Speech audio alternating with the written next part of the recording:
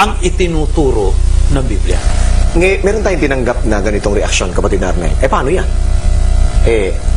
Namayapa na. Pumanaw na ang kinikilala ninyong sugong leader. Si kapatid na Felix Manalo. Paano raw tayo nakatitiyak, kapatid na Arnel, na dalisay, tunay na mga salita ng Panginoon Diyos ang patuloy na itinuturo at sinasampalataya na nating mga kaanib sa Iglesia ni Cristo? Namamalaging dalisay at tunay ang mga salita ng Diyos ang ating natututunan at itinuturo sa atin dahil sa merong pamamahala na siyang katiwala sa pagtuturo ng salita ng Panginoong Diyos. Ano ba ang karapatang ibinigay ng Panginoon Diyos sa pamamahala na inilagay ng Panginoon Diyos sa Iglesia? Hindi, basahin natin sa Colosas 1:25. Na ako'y ginawang ministro nito ayon sa pamamahala na mula sa Diyos na ibinigay sa akin para sa inyo upang maipahayag ang salita ng Diyos. Ang karapatan ng pamamahala, ipahayag ang salita ng Diyos. Kaya nakatitiyak po ang Iglesia ni Cristo na tama ang pagkaunawa sa mga salita ng Panginoong Diyos na nakasulat sa Biblia, sapagkat narito sa Iglesia ni Cristo ang itinalaga ng Panginoong Diyos na tagapagpaunawa ng kanyang mga salita na nakasulat sa banal na kasulatan. Ang pagtataglay po ng tiyak na pagkaunawa sa dalisay na Ebanghelyo ay tiyak na maghahatid sa atin sa kaligtasan. Sa katiyakang ito, nais po namin kayong makasama. Manalangin po tayo.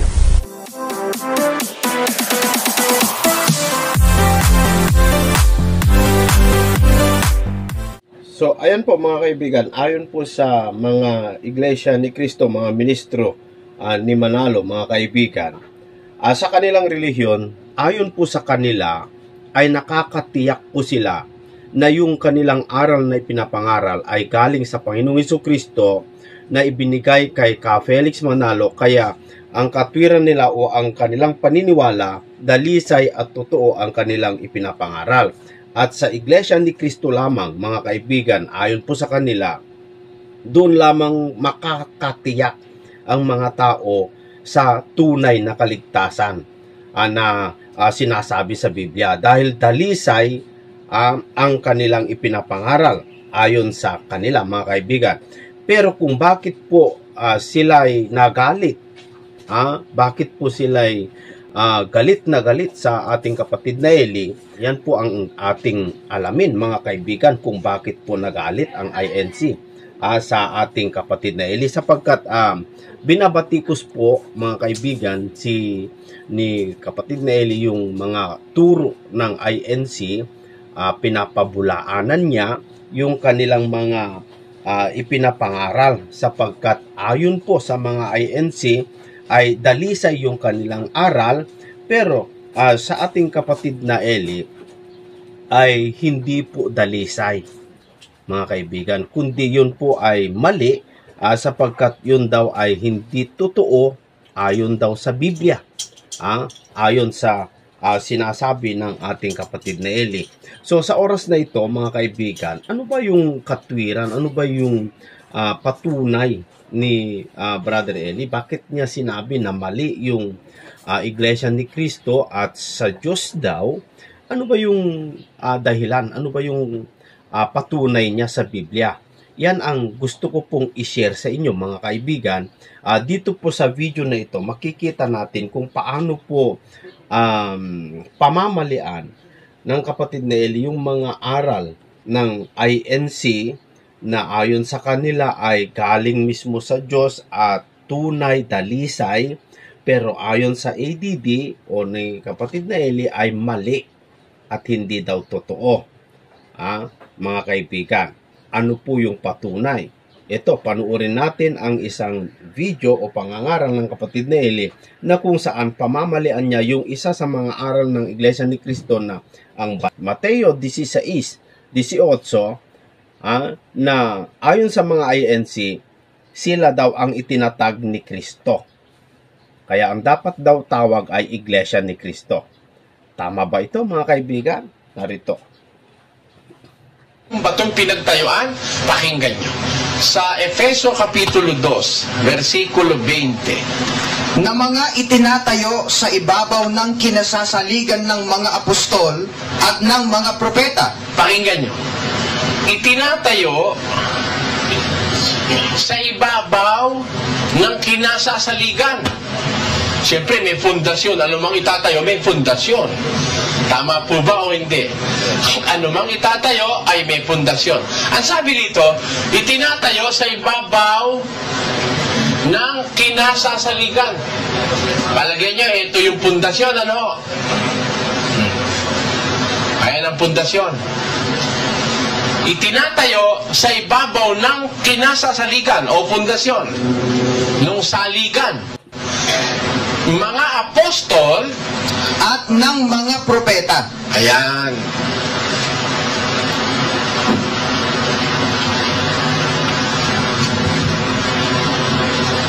Ayan po. Yung mga apostol, yung mga propeta, itinayo sa ibabaw ng kinasasaligan o ng pundasyon. Sino yun? Tuloy. Na si Kristo Jesus din ang pangulong bato sa panulo. Ay, siya pala yung pang-ulong bato. The chief cornerstone. Yung pinakamatatag na saligan ng iglesia, si Kristo. Si Kristo Jesus din ang pang-ulong bato sa panulo. Sino ang nakatayo sa kanya? Mga apostol at mga propeta. Kaya imposible si Pedro yung bato. Pati siya nga inilagay doon sa ibabaw ng saligan eh. Di ba si Pedro yung apostol? Oh. Eh yung mga apostol at propeta nakatayo sa ibabaw ng saligang bato. Sino yung saligan? Si Kristo! Hindi pwede si Pedro! Para So dito pa lang mali na po ang Iglesia Katolika dahil ang paniniwala nila ay si Pedro daw ang kinatatayuan ng iglesia. O, kita nyo mga kaibigan, may matutunan tayo dito eh. maging siya ang unang papa sa Roma. Wala nun sa Biblia. Yung pa lang si Pedro, at saka yung mga apostol, at saka yung mga propeta, nakatayo nga sa ibabaw ng kinasasaligan na si Kristo ang pangulong bato sa panulo. Kaya yung iglesia, itatayo yun sa ibabaw ng bato. At ang bato ay si Kristo. Tama po yan, sabi ng Iglesia ni Kristo. Si Kristo ang bato, conforme sila dyan. Kaya lang, hindi sila nagsusuri ng etimolohiya at gramatika. Bakit? Eh kung si Kristo pala yung bato na pagtatayuan, ang claim nila, si Kristo pa rin ang nagsasalita. Ha? Oh. At sinasabi ko naman sa iyo, sinasabi ko, first person. Sa iyo, second person. Yan. Makinig po kayo mabuti mga kaibigan. Kasi sa mga iglesia ni Kristo, dahil sinabi ni Kristo na itatayo ko ang aking iglesia, dahil siya daw ang nagsabi, kaya ang pangalan daw ay Iglesia ni Kristo. Pero kung pansinin po ninyo mabuti ito, kung paano i-analyze ng ating kapatid na Eli, makikita nyo po ang totoo. Na ikaw ay Pedro. Oh. At sa ibabaw ng batong ito, third person yun eh. Ito eh, third person. Eh kung si Kristo nagsasalita at siya pa rin yung bato, dapat ang sabi niya, sinasabi ko, first person, sa iyo na ikaw ay Pedro. At sa ibabaw ko, di ba, eh siya bato eh. Kung siya dapat sinabi niya, sa ibabaw ko, itatayo ko ang aking iglesia. Sana gano'n, ano? Pero pansinin niyo ang takbo ng pangusap. Ang nagsasalita si Kristo, tapos ang kausap ay si Pedro.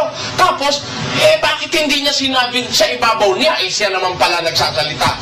May sikreto rito, mga kapatid. Ano ang sikreto rito? Mag-isip ka lang. Sinasabi ko, may nagsasalita. First person. Sa iyo, Pedro, second person. Na ikaw ay Pedro, sa ibabaw ng batong ito, third person. Itatayo ko, sabi ng first person, ang aking iglesia. Sa makatwid, ang may-ari ng iglesia, yung first person. At ang pagtatayuan ng iglesia, yung third person na siyang bato. Kung ang third person na siyang bato ay si Kristo, at ang second person ay si Pedro, si Peter, ang kausap ay si Pedro, sino ang first person na talagang nagsasalita sa talata? Ang sabi ni Kristo, mapalad ka Simon Barjonas, hindi ipinahayag sa iyo ito ng laman at ng dugo, kundi ng aking Ama na nasa langit. Who is the real speaker at that time? It is the Father in heaven. May patotoo ba tayo na talagang ang nagsasalita ron na yung Ama? Pakinggan nyo sa isang talata ni Juan 12:49. Sapagkat ako'y hindi nagsasalita na mula sa aking sarili, kundi ang Ama na sa akin ay nagsugo ay siyang nagbigay sa akin ng utos kung ano ang dapat kong sabihin at kung ano ang dapat kong salitain. Sino ang nagsasalita? Sabi ni Kristo, hindi naman ako nagsasalita na mula sa aking sarili. Ang Amang nagsugo sa akin, siyang nagbigay sa akin ng utos kung ano ang dapat kong sabihin at kung ano ang dapat kong salitain.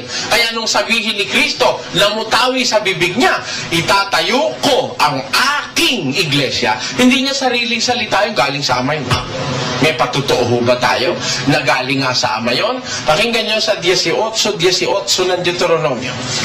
Aking palilitawin sa kanila ang isang propeta sa gitna ng kanilang mga kapatid na gaya mo. At aking ilalagay ang aking mga salita sa bibig niya at kanyang sasalitain sa kanila ang lahat ng aking iuutos sa kanya. Tuloy.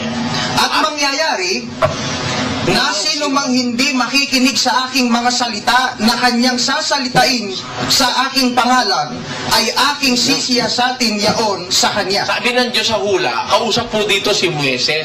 Panahon pa ni Moises, matagal pa. Sabi ng Diyos kay Moises, aking palilitawin sa gitna ng iyong mga kapatid ang isang propetang gaya mo, Moises. Ilalagay ko ang aking mga salita sa bibig noong propeta na yan. Kanino ho yung salitang nando sa bibig ng propeta? Hindi sa Diyos. Sabi niya sa hula, ilalagay ko ang aking salita sa bibig ng propeta. At kanyang sasalitain sa kanila ang lahat ng iuutos ko sa kanya. Mangyayari ang sino mang hindi makinig sa salita ng propetang yaon, na sasalitain niya sa aking pangalan, sisiyasatin ko yun sa kanya. Sino yung propeta na yun na lalagyan ng Diyos ng kanyang salita sa pangalan o sa bibig niya? Pakinggan nyo sa Gawa 3:22,20. Tunay na sinabi ni Moises, ang Panginoong Diyos ay magtitindig sa inyo ng isang propetang gaya ko mula sa gitna ng inyong mga kapatid. Siya ang inyong pakinggan sa lahat ng mga bagay na sa inyo'y sasalitain niya. Upang kanyang suguin ang Kristo na itinalaga sa inyo na si Jesus. Sino yung isusugong propeta lalagyan ng salita ng Diyos sa bibig niya? Si Kristo. Kaya kung magsalita si Kristo, officially galing sa Ama yun. Nung sabihin ni Kristo, itatayo ko aking iglesia, it is just a repetition of what the Father have said long time ago. Sa 9:11 ng Amos, ang sabi ng Diyos, itatayo ko ang tabernakulo ni David na nabuwan. Tatakpan ko ang mga guho niyon, ang mga sira niyon, aking itatayo gaya ng mga araw ng una. Kaya ako may itatayo dahil doon sa nabuwal na pag-aralan ng iglesia sa ilang nabuwal, nawasak dahil pinagsamantalahan ng matatakaw sa perang mga pastor. Ngayon, dumating si Kristo, sabi niya, itatayo ko. Sino ang nagsasalita? Ang Diyos sa pamamagitan ng bibig ni Kristo. At si Kristo, ang third person, yung ito. Ang first person ay ang Ama, ang second person ay si Pedro, tamang-tama sa gramatika, tamang-tama sa etimologya. Ang Diyos ang nagsasalita. Di halimbawa, sinasabi ko, Diyos yun, sa iyo, second person, na ikaw ay Pedro. Sa ibabaw ng batong ito, third person, itatayo ko ang aking iglesia. Bakit? Kanino ba iglesia? Talaga namang katutubong sa Diyos eh. Hindi ba yung Israel ay sa Diyos? Wala pa Kristo nun sa pagkakatawang tao. Pero meron ng iglesia sa ilang na inakay ni Moises. Kanino yun? Hindi ba sa Diyos yun? Sabi ng Diyos, isa kang banal na bayan sa Panginoon mong Diyos. Pinili ka niya upang maging bayan na sa kanyang sariling pag-aari. Kaya talagang sa Diyos yun.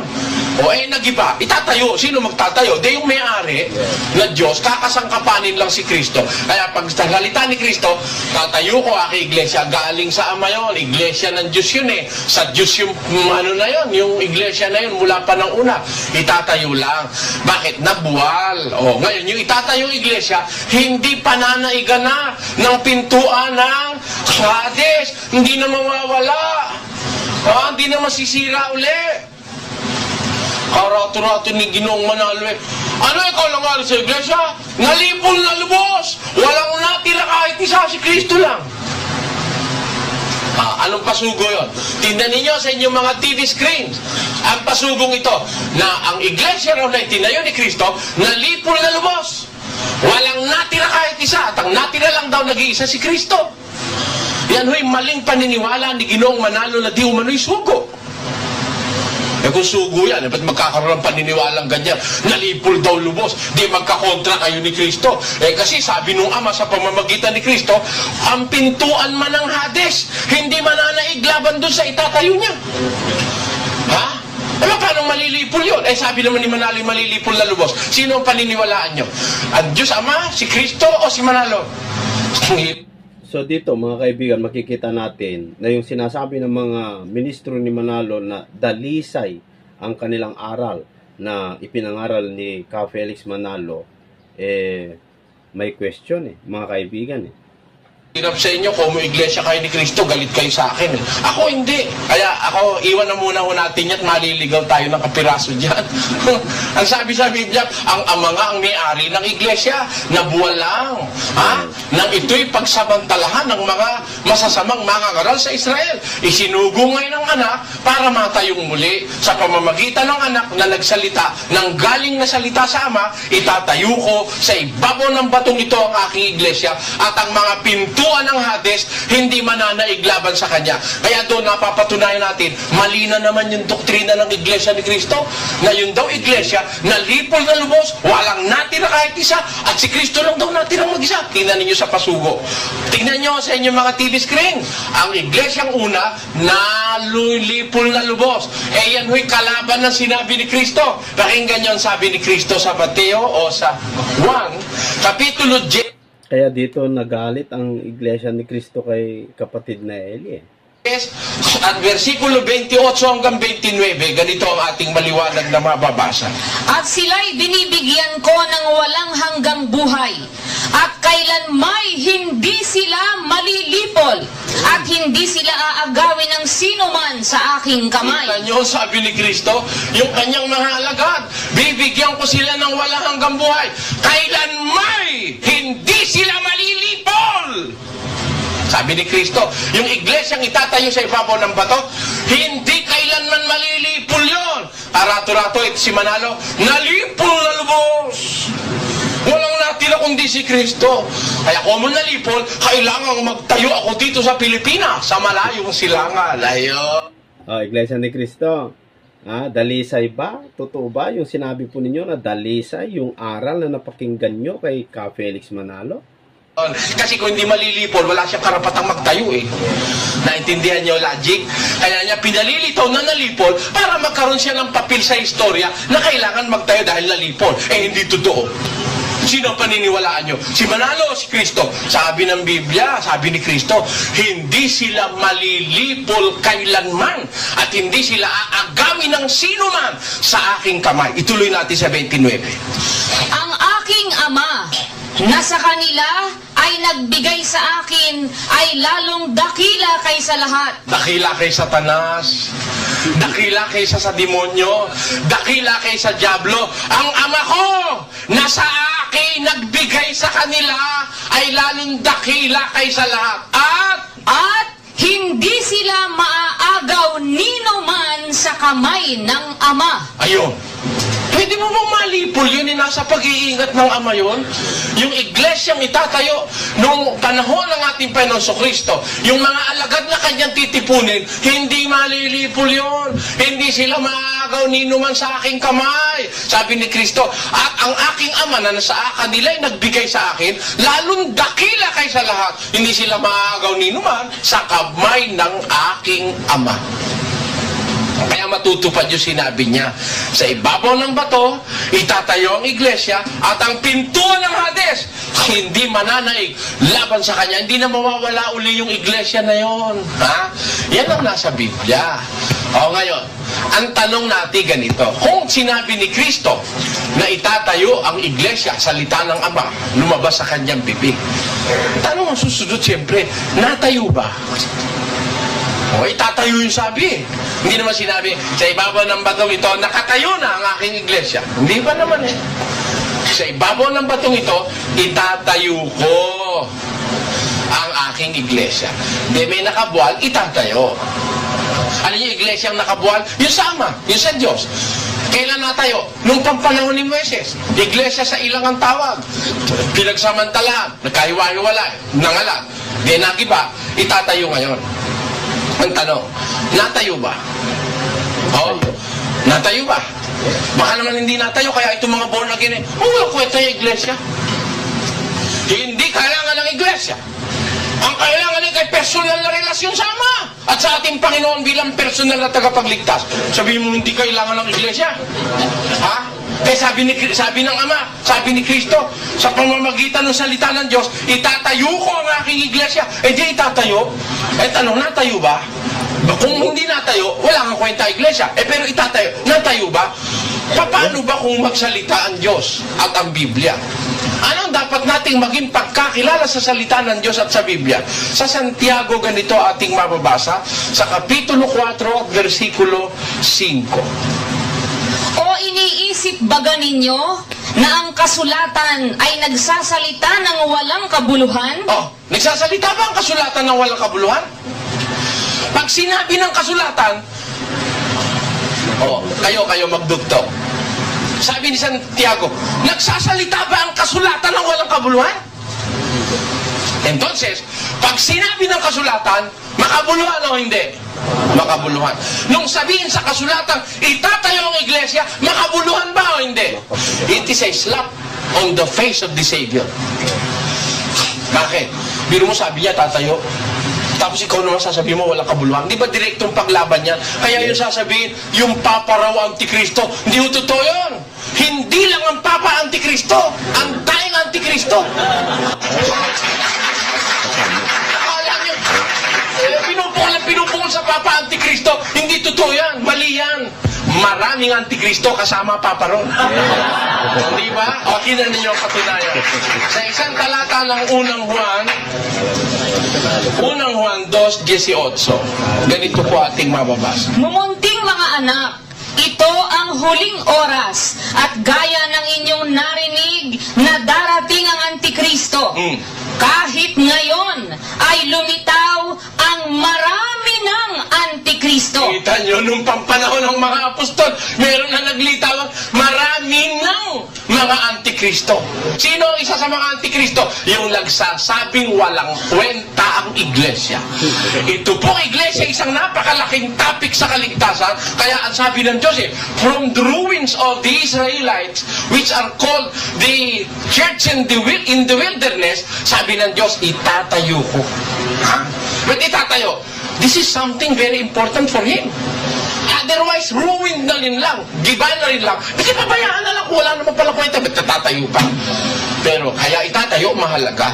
At ang pagtatayo, hinaluan na ng promise o ng pangako na kahit ang pintuan ng Hades o ng kamatayan ay hindi mananaig laban doon sa itatayo. At sinabi ni Kristo, hindi sila malilipol kailanman. Hindi sila maagaw ninuman sa aking kamay at sa kamay ng aking Ama. Tanong, natayo ba? Ay tatayo Diba? Sabi ng Biblia, mahalaga ang sinasabi niya. De sundan natin, tatayo mahalaga yun. O ano, natayo ba? Pakinggan niyo sa Gawa 8:1. At si Saulo ay sumang-ayon sa kanyang pagkamatay. At ng araw na yaoy nangyari ang isang malaking pag-uusig laban sa iglesia na nasa Jerusalem. At silang lahat ay nagsipangalat sa lahat ng mga dako ng Judea at Samaria maliban na sa mga apostol. Nung araw ikang yon, nangyari ang isang malaking pag-uusig. Ha? Laban saan? Laban sa iglesia na nasa Jerusalem. Natayo o hindi? Natayo. Nasa Jerusalem na. Existing na. At nung natayo, inusig ang iglesia na nasa Jerusalem.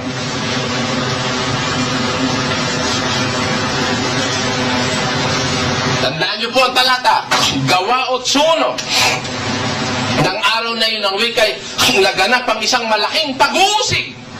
A great persecution.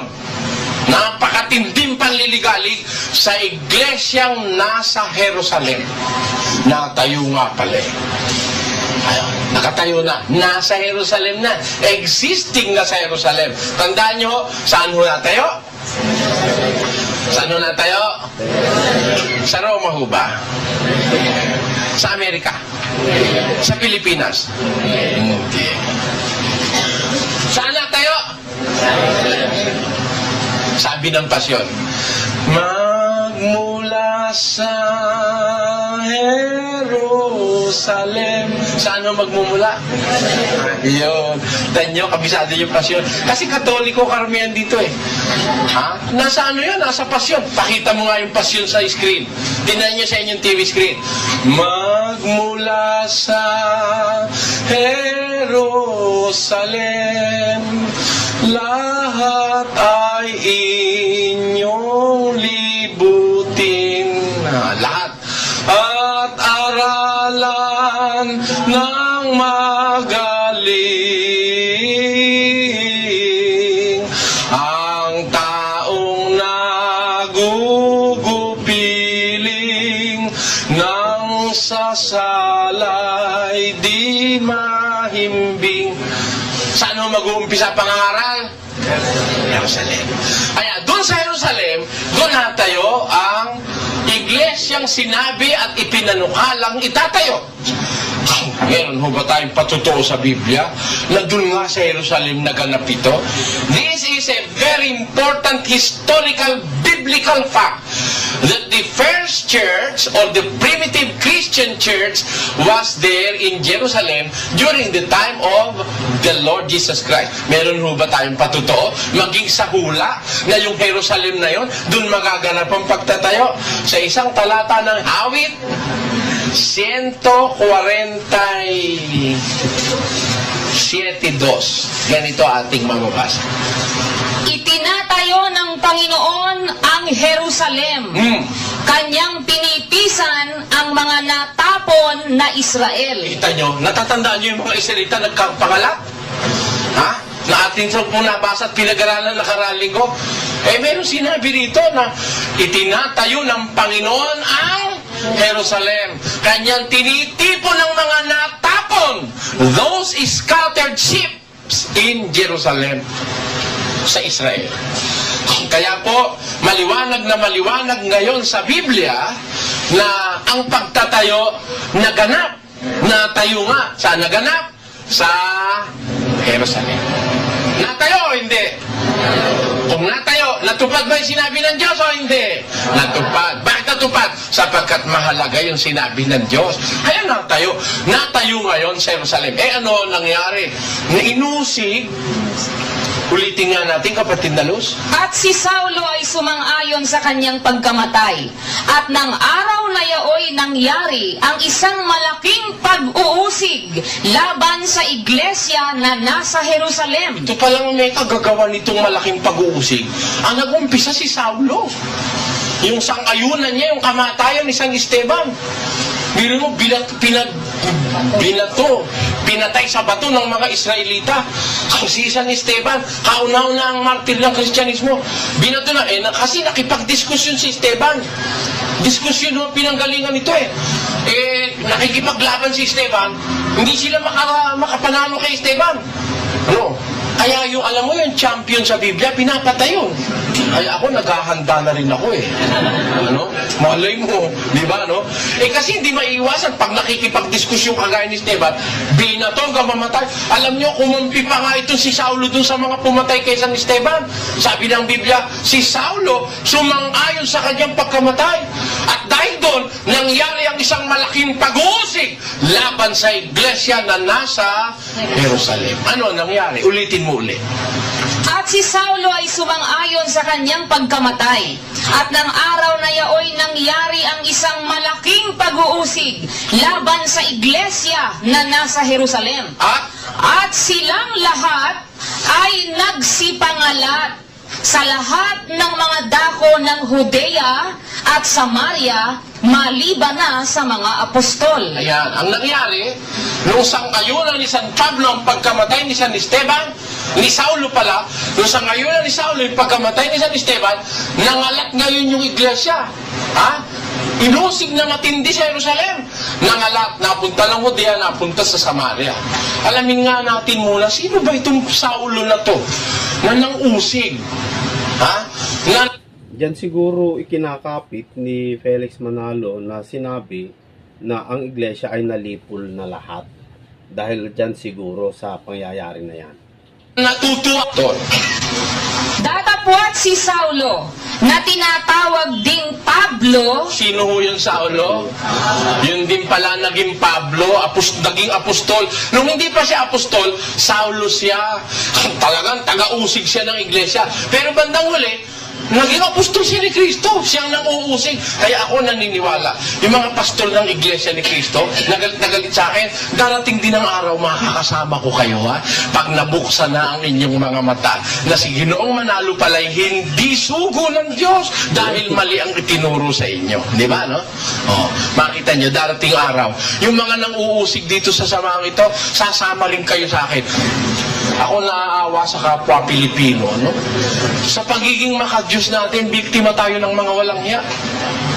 Nagiging biktima tayo ng mga mapagsamantala at mga walang hiya sa reliyon. We are being praised. Oh, we are falling prey to those who want profit in religion. Kaya nakakapangilabot isipin, ang Pilipino naghahanap ng Diyos, ang natuklasan mga halimaw. Ang karamihan natuklasan, nakasama mga halimaw sa pananampalataya. Sabi nga ni Kristo, gravos wolves. Mga lobong ganid. Lobong ganid, matatakaw na lobo. Ganid, ano ba yung ganid? Hindi ba yun yung mas malalim na katakawan? Kasi sa Tagalog, yung matakaw, mababaw-babaw yun. Pero pag ganid na, talaga swapang na yun. Kahit sino sinisila nun. O ngayon, Maraming relihiyong ganun, no? Marami ding politikong ganun. punta naman tayo dyan, eh, hindi ba tayo nasa iglesia kanina, no? Na yung palang iglesia, si Saulo, na siya rin naging Pablo bandang huli, siya pa ang unang-unang kaaway ng iglesia. Kaya nung si San Pablo ay matawag na sa iglesia, nagsisisi, nangumpisal pa nga siya sa mga miyembro eh. 1:13 ng Galacia. Tingnan ninyo, alin yung iglesyang inusig niya nung siya si Saulo pa, na mang-uusig, ano yung iglesyang inusig niya? 1:13 ng Galacia.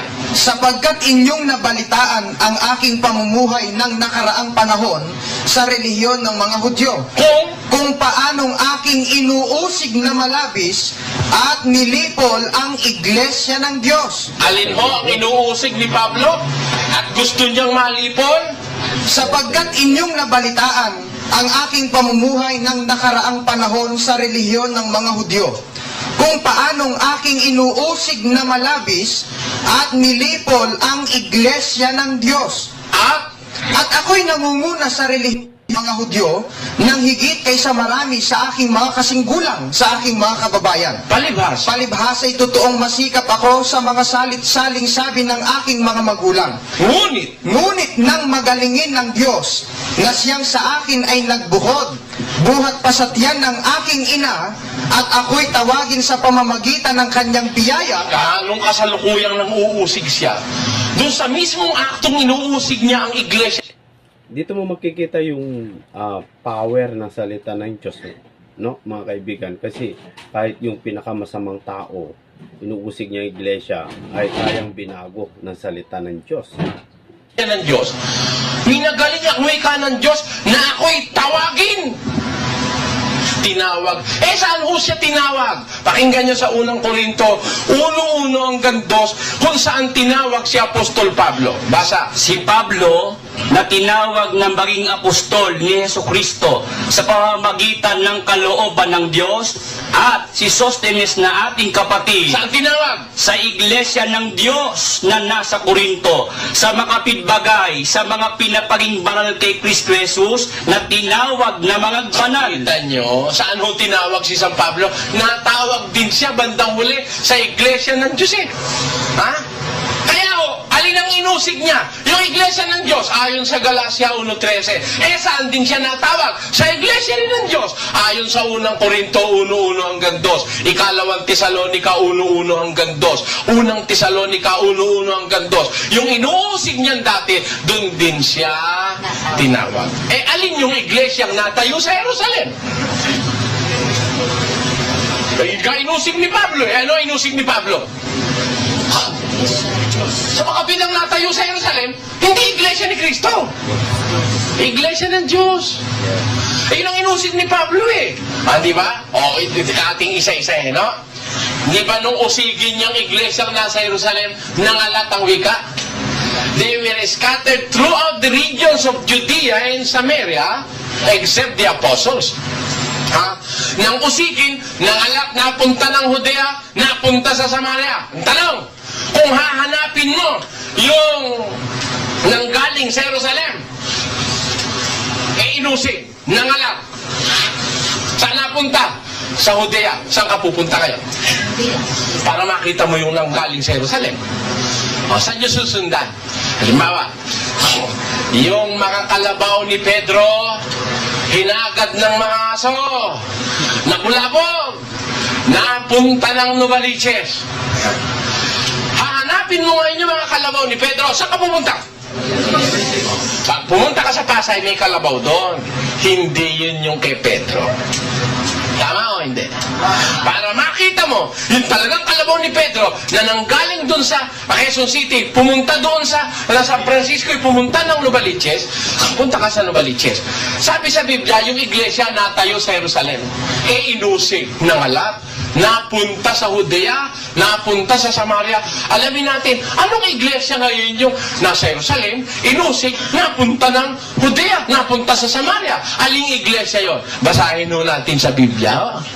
Sapagkat kayo, mga kapatid, ay nagsitulad sa mga iglesia ng Diyos na nasa Judea, kay Kristo Jesus. Ano ho yung napunta sa Judea? Ayaw. For ye, brethren, became followers of the churches of God in Christ Jesus, which are in Judea.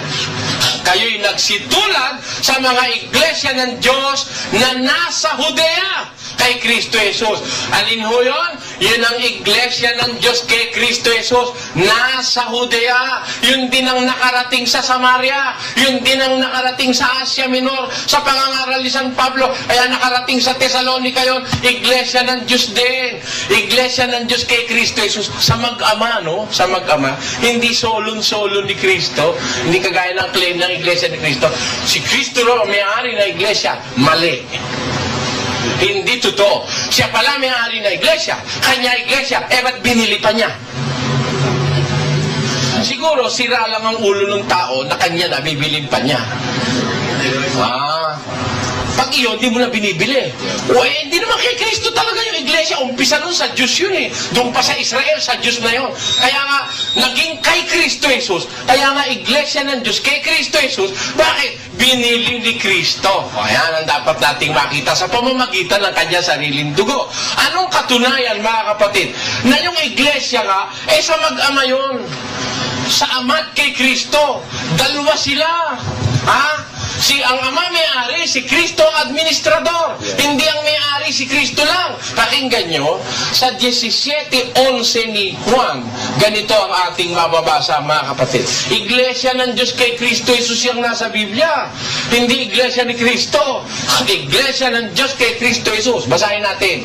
At wala na ako sa sanlibutan, at ako'y paririyan sa iyo, Amang Banal.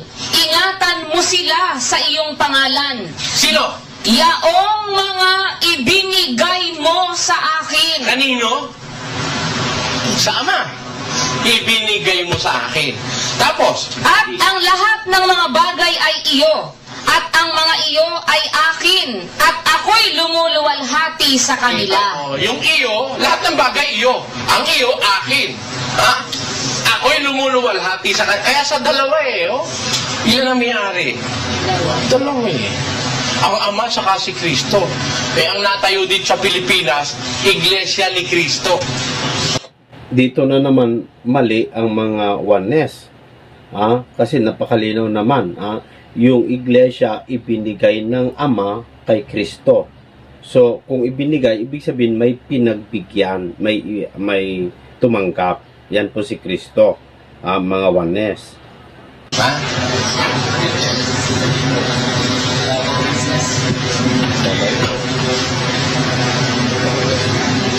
Walang Jesus.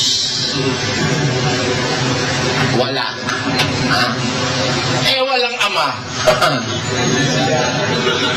Ano yun? Di ulila yung Jesus mo. Nasa Biblia, Iglesia ng Diyos na nasa Judea kay Kristo Jesus. Churches of God which in Judea are in Christ. Ang sabi dun sa Biblia ng Ingles. Sa Kastila ang nakalagay, Iglesia de Dios en Cristo Jesus. Yan ang nakalagay. Tingnan ninyo. Kaya nga makatwiran Sa Diyos talagang umpisa niyan Yan ang Israel. Sa Diyos yan. Wala pa si Kristo nun sa pagkakatawan tao. Meron ng iglesia. Iglesia ng mga panganay. Iglesia sa ilang. Nung pumanahog si Kristo para tipunin muli yan, ang tawag ngayon ng Biblia ay Iglesia ng Diyos kay Kristo Jesus. Meron mo ba tayong patutuo na sila talagang dalawa may-ari niyan? Pakinggan nyo sa 2 Tesalonica 1:1. Ganito ating mababasa. Si Pablo at si Silvano at si Timoteo sa iglesia ng mga taga-Tesalonica Kanino? na nasa Diyos na ating Ama at sa Panginoong Hesukristo. Ilan? Sa iglesia ng taga-Tesalonica, nasa Diyos na Ama at sa Panginoon Kristo.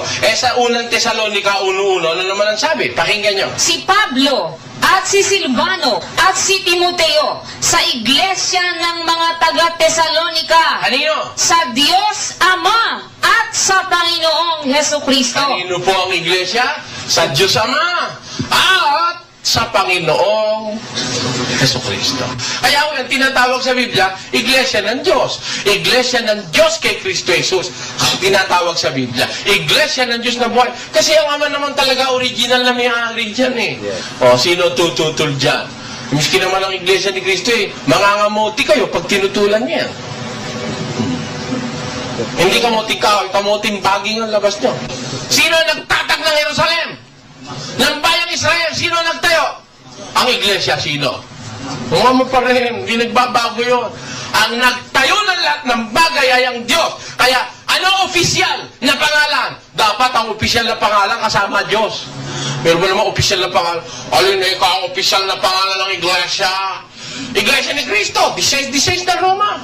Pakinggan nyo, tingnan ninyo sa inyong TV screen.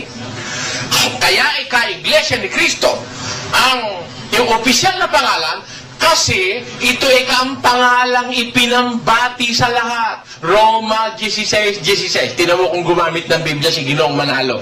Napakalayo. Malayo. Kaya daw Iglesia ni Cristo opisyal na pangalan kasi yun daw ang pangalang ipinambati sa lahat. Roma 16:16. Hindi basahin nga natin na Roma 16:16. Meron bang pangalang ipinambati ron?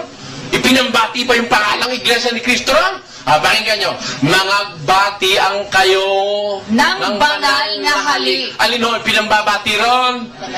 Hindi pangalan ng pinambabati ron, banal na halik ang pinambabati. Tinan mo ito si Ginoong Manalo kung magligaw ng tao. At wala namang Soriano sumisigaw nun laban sa sinasabi nila. Kaya yung sabi nila, ang lahat ng kaaway mo'y mawawala. Hoy, mali.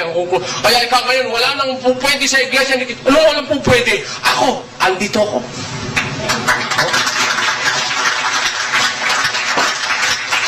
Babasahin yung hula, hindi naman ukol sa... Kung ikaw ang iglesia ni Cristo, di ka ba magagalit niyan? Ha? Magagalit ka kasi nakikita yung mali mo. Kanya yun, kay Kristo ukol yun. Si Kristo sinasabihan ng Diyos nun, hahanapin mo yung mga kaaway, sila'y wala na. Kay Kristo yun, hindi Yes. sa inyo yun. Ang katunayan, hindi kayo nawawalan ng kaaway. Nung wala pa si Soriano, ang kaaway nyo, yung mga nauna. Eh ngayon, mas matindi ngayon. Bakit? Yung hindi napuna nung mga unan yung kaaway, pinupuna ko ngayon. Ano ang pinupuna ko? Isa sa pinupuna ko, sa 16:16 na Roma, ayon sa'yo, Ramos, ang iglesia, ang pinambati sa lahat na pangalan ng iglesia ni Kristo. Meron ka bang nabasa sa Roma 16:16 na ang ipinambati ay pangalan o banal na halik? Sagot! Sumagot ka! O, tiyak na tiyak, wala kayo sasagot. Bakit? Eh, ang ipinambati, hindi naman banal, hindi naman pangalan eh. Sasabihin, kaya daw iglesia ni Kristo, opisyal na pangalan, yun daw ang pangalan, ipinambati sa lahat. Hindi totoo yun. Ang ipinapambati sa Roma, Kung gumamit kasi ng mga talata, yung mga iba ay malayo. Gaya ng Katoliko, napakalayo kung gumamit. 16, yung banal na halik, nagbatian kayo ng banal na halik, binabati kayo ng lahat ng mga iglesia ni Kristo. Hindi singular, ha? Hindi iglesia ni Kristo na kagaya ng inilagay nyo sa kapilya. Ang nakalagay dyan, Churches of Christ. Ha? Mga iglesia ni Kristo, hindi singular. Plural. O ano yung mga iglesia ni Kristo na yon? Asan yon? Bumabati sa Roma ng banal na halik. Sabi sa Roma, kayo mga taga-Roma, magbatian kayo ng banal na halik. Binabati kayo ng lahat ng mga iglesia ni Kristo. Tanong, asan yung mga iglesia ni Kristo na yon na bumabati sa Roma? Asan yon? Pakinggan nyo sa Galacia 1:22. Ganito ating mababasa.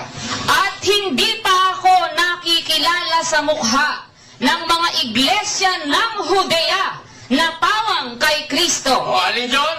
Yung mga iglesia ni Kristo, pawang kay Kristo, mga iglesia ng Judea na pawang kay Kristo. Eh ano pangalan ng mga iglesia nasa Judea na pawang kay Kristo? 2:14 ng unang Tesalonica. Pakinggan. Sapagkat kayo mga kapatid Oy. ay nagsitulad sa mga iglesia ng Diyos na nasa Judea kay Kristo Jesus. Yung tinutukoy ng mga iglesia ni Kristo, nasa Judea yon. Eh ano pangalan nun? Iglesia ng Diyos, nasa Judea kay Kristo Jesus. Sa mag-ama yon. Hindi sarili ni Kristo yon. Dahil ang talagang karangalan ng pagmamayari sa iglesia ay nasa katutubong nasa Ama. Sapagkat lahat ng bagay ay may nagtayo, dadapot ang nagtayo ng lahat ng bagay ay ang Diyos. Kaya po ang iglesia, ang opisyal na pangalan yan, sa Diyos yan.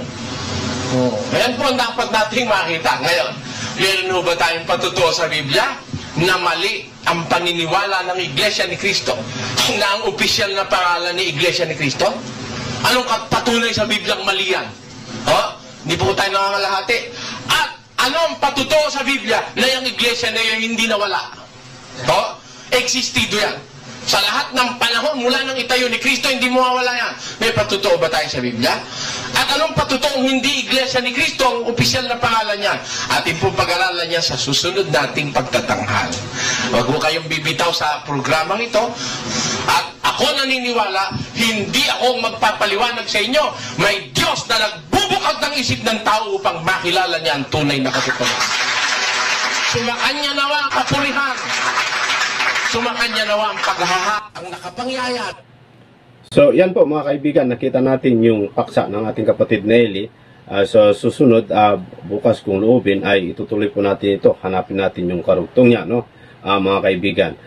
Kaya dito po umusbong yung galit ng mga INC o yung mga Iglesia ni Cristo dahil sa mga ibinubunyag ni kapatid na Eli na mali sa pagtuturo ni Felix Manalo. Mantakin mo mga kaibigan yung sinabi niya na lahat ng mga Kristiyano nung araw ay nalipol sa pamamagitan po ng paglipol ng mga kaaway ng iglesia, gaya ni Pablo mga kaibigan. Pero nakita natin, ayon po sa ating Panginoong Jesucristo, na binasa ng kapatid Nelly na miski yung gate of Hades ay hindi niya kayang panaigin ang iglesia sapagkat ang iglesia ay nakatayo na po sa bato at walang ibang bato kundi ang ating Panginoong Hesukristo ayon po doon sa Efeso 2:20 mga kaibigan, na kung saan pati ang mga apostol at ang mga propeta ay doon po sila natayo. So dito makita natin mali pa rin na naman dito yung mga iglesia katolika. Bakit? Kasi ayon po sa kanila, ayon po kay John Doe na isa sa mga depensor ng iglesia katolika, ay si Pedro daw ang pumunta sa Roma upang itatag ang iglesia ng Diyos sa pamamagitan niya. So sa kanya daw nakatatag ang iglesia dahil siya daw yung bato na pinagtayuan ng Panginoong Hesukristo. Mali po mga kaibigan. Bakit? Kasi sa Efeso 2:20 nakita natin sa paliwanag po ng video na ating napanood ay si Kristo po ang kinatatayuan ng lahat, mga propeta at ang mga apostol. Si Kristo ang kinasasaligan ng iglesia. So dito mga kaibigan, nakita natin isa-isa at napatunayan natin biblical kung paano po ang pagtalakay sa tunay na aral na nasa Biblia mga kaibigan. Pwede mo naman itong usisahin kung kaya mo, no? Yung mga iglesia ni Kristo, pwede nyo itong usasahin, no, mga kaibigan, para makita po ninyo ang katotohanan. Na tama naman po yung sinabi niya, no, na kung gumamit kasi ng mga iglesia ni Kristo ng talata ay malayo, no? Pero alam nyo, mas malayo na naman kung gumamit ang mga iglesia katolika mga kaibigan ng talata kaysa sa paggamit ng iglesia ni Kristo. Bakit mga kababayan? Kasi po kung gumamit po sila ng talata itong mga katoliko, napakalayo po. Mantakin mo, miski nakalagay na sa Biblia, nakalagay na sa mga talata na bawal po yung mga larawang inanyuan, ikinakatwiran pa mga kababayan na okay lamang daw yung gumawa ka ng larawang inanyuan.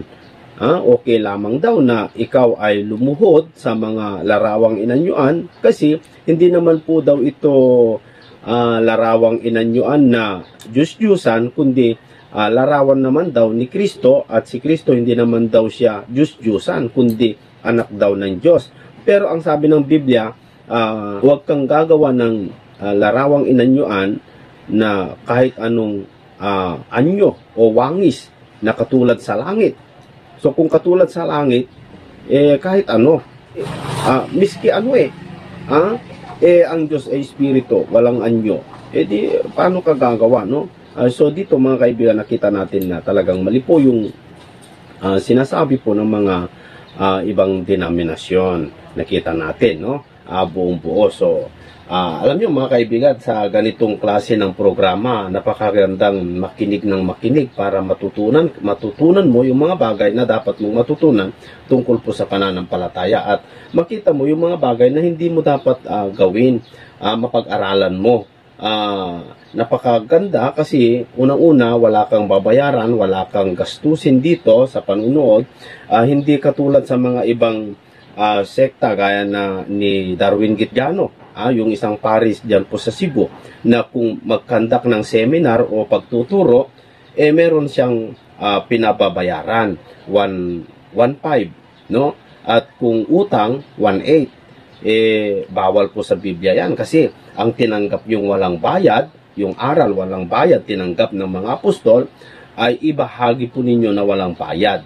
Ang katwiran po nila paano yung gastusin tulad yung kuryente, yung renta, problema nyo na yon.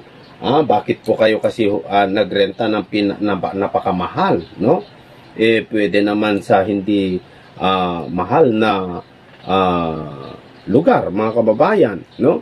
Masyadong malaki yung 1.5. Paano kung napakarami na po yung pumunta, 100? Di ang dami, no? Mga kaibigan, sobra-sobra naman yan pambayad sa kuryente at sa mga inuupahan po ninyo mga kababayan. Pero yun ay mga katwiran lamang po nila, palusot lamang po nila. Ang katunayan ay sa kanila naman yung venue kung minsan, mga kababayan, no? So, yan ay mga palusot para ito namang mga tao, ba't pa kayo kasi pumupunta dyan sa mga ganyang lugar na nababayaran, mga kaibigan? Meron naman pong libre gaya ng panunood mo sa YouTube, sa mga ganitong programa na talagang nagbibigay ng totoo at tapat na aral, mga kaibigan, mga kapatid. So, maraming salamat po sa inyong lahat, mga kaibigan, dito sa ating programang Expose the Truth, yung mga laging nakantabay, yung laging mga nakasubaybay, gaya ni kapatid na Milo, at saka yung mga iba pa, mga kaibigan, no? Na ating kapatid dito po sa ating channel. Maraming salamat po sa inyong lahat. Sana po wag po kayong magsawang sumubaybay at